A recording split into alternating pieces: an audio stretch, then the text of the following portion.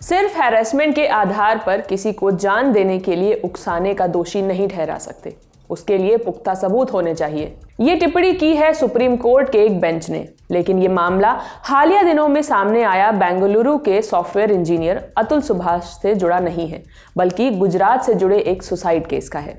गुजरात की एक शादीशुदा महिला को कथित रूप से परेशान करने और उसे जान देने के लिए मजबूर करने के आरोप उसके पति और ससुराल वालों पर लगे थे, जिसमें गुजरात हाई कोर्ट ने आरोपियों को बेल देने से इनकार कर दिया था।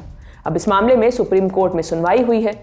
सुप्रीम कोर्ट में जस्टिस विक्रमनाथ और जस्टिस प्रसन्ना बी वराले की बेंच ने 10 दिसंबर को गुजरात हाई कोर्ट के फैसले को पलटते हुए कहा, केवल उत्पीड़न के आरोप काफी नहीं है जब तक कि आरोपी के कृत्य सीधे मजबूर करने वाले न हो, जिसमें पीड़ित को अपनी जान लेने के अलावा कोई रास्ता ही न दिखाई दिया।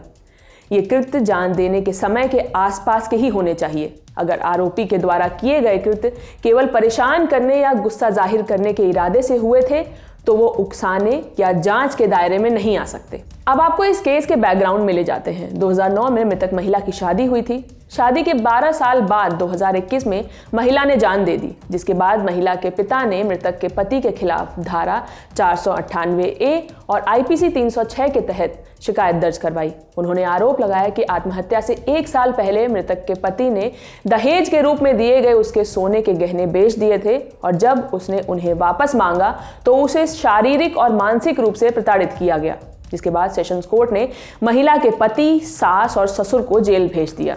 जिसके बाद मृतक के ससुराल वालों ने बेल की अर्जी गुजरात हाई कोर्ट में लगाई, लेकिन हाई कोर्ट ने सेशंस कोर्ट के फैसले को मानते हुए यहां भी इनकी अर्जी को खारिज कर दिया।